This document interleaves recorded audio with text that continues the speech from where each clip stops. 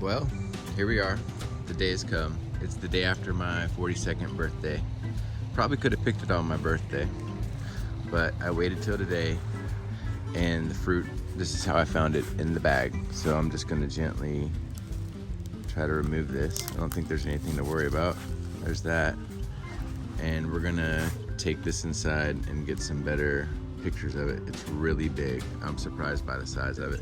Looks a lot like a Pitomba, to be honest. We'll get a better look and we'll taste it and make some history here. Pitombatuba, Eugenia selloi, hybridized with Eugenia luschnathiana, the Pitomba and the Pitangatuba. I didn't think it was possible, and it turns out that it is possible, and we get to taste it. Here we go.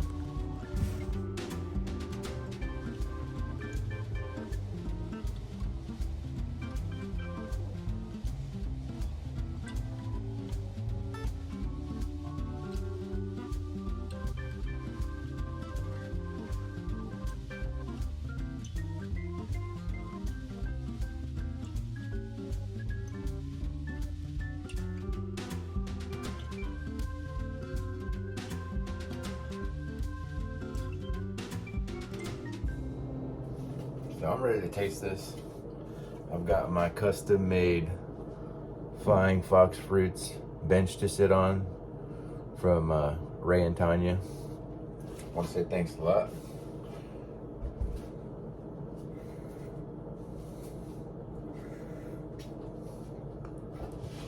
And we've got our skateboard deck up there.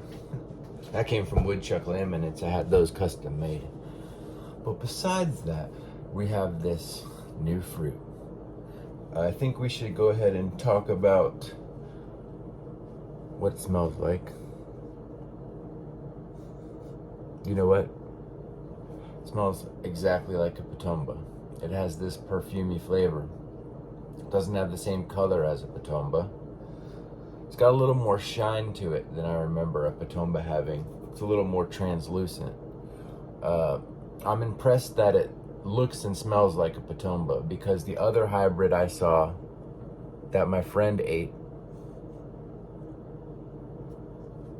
looked more like a Pitangatuba. You can see it's got that at the top here. Very fragile feeling too, really fragile and soft. The seed does rattle. I feel the seed rattling around. It feels like a big seed.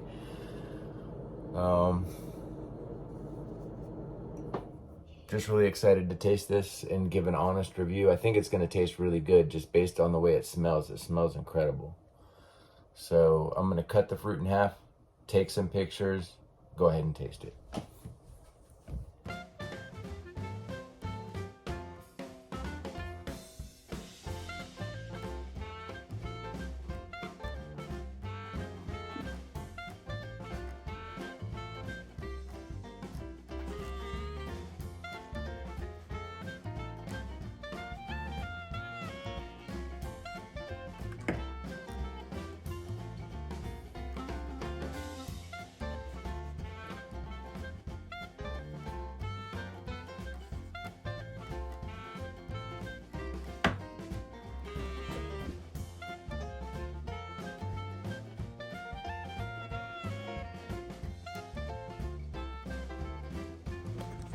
There we have it.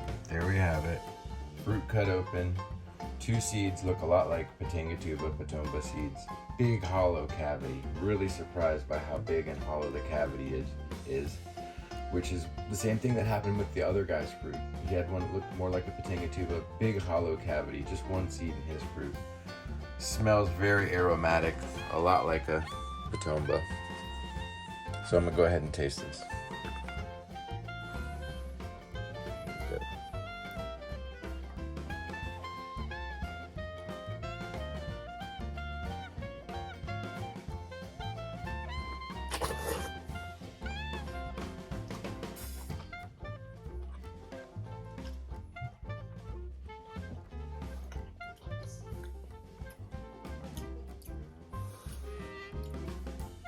Right in between Pitomba and Pitangatuba. It's somewhere in between. Really tastes like both fruit mixed together. It's a good fruit. It's a really good fruit.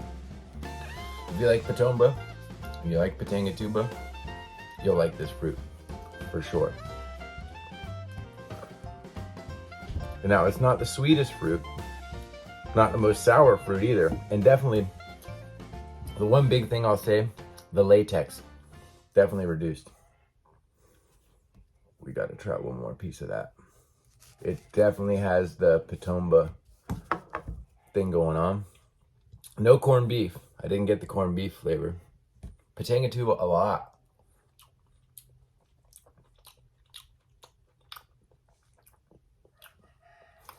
In the skin, when you eat the skin, you get the Pitomba vibes.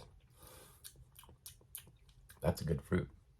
Pungent, you know, powerful flavor like a Pitangatuba. Got lemon in there. First off, you're going to get lemon, Pitangatuba.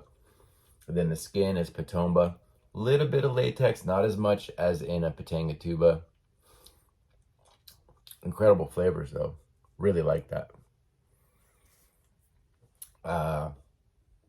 Yeah. I'm calling it Pitombatuba. And I don't know how they're going to graft. You know, I've never grafted Pitangatuba on Pitomba. I never tried. Imagine it would work.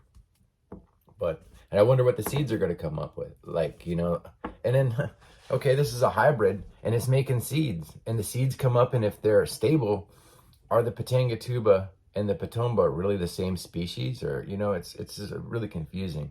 Almost like a dog and a coyote or something. You know what I mean? What are two things that can interbreed that aren't technically the same species that make viable offspring? I guess with plants it's different than animals, but this is confusing. Especially, you know, if you're a taxonomist that's never seen a hybrid of the two, I guess, or whatever, who knows what. But this seems to be stable. We'll see what it comes out like. I'm going to share this other piece with Clark. I know he's going to think it's sour as hell. He's not going to have anything good to say about it. The aftertaste is Pitomba. All right, let's let Clark get in on this. Hold on. Looking for Clark, can't find him right yet. I'm gonna taste this one more time.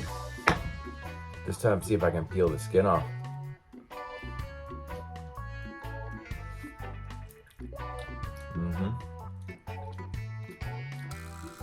The flavor is just right in between. And I'm not sure if it's better with or without the skin. I'm trying to figure that out. Either way.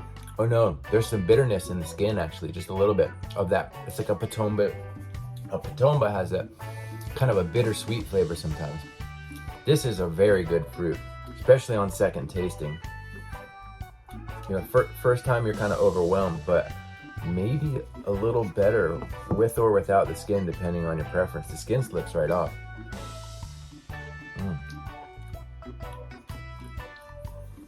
You know what it reminds me of too? A Eugenia stipitata, but easy to eat. It ain't so sour it's gonna make your face buckle, which still is sour. I gotta save some of this for Clark. I know he's not gonna be too impressed, but we gotta save him that last piece there. Get someone else's opinion on this. All right, I got Clark and Keegan here, and I got a couple little chunks I saved for him. I should have saved him more, but I have like 4 pieces. I'm gonna ask him to eat it with and without the skin. So try not to eat the skin. Try not to? Yeah, and let me tell you what you think. And then you can eat the skin after. It tastes like Pitomba. Yeah, Really? but But more sour. Pitanga, exactly. I taste Pitangatuba and tropical fruit. That's what I'm saying. Here's another piece, but the skin is, I think, better to be peeled off. But if you eat it with the skin's bitter, a little bitter. Tastes like Pitangatuba skin. Well, no, Pitomba skin. Oh, I haven't had a Pitomba yet. But does it taste like both of them to me? That's a mix good. of the two. That's good. Thankfully, less Pitangatuba. I like Pitangatuba personally. It reminded me. Thank you, Adam. You're welcome. Yeah, very good. Very good. I'd grow it. Very good, I grow.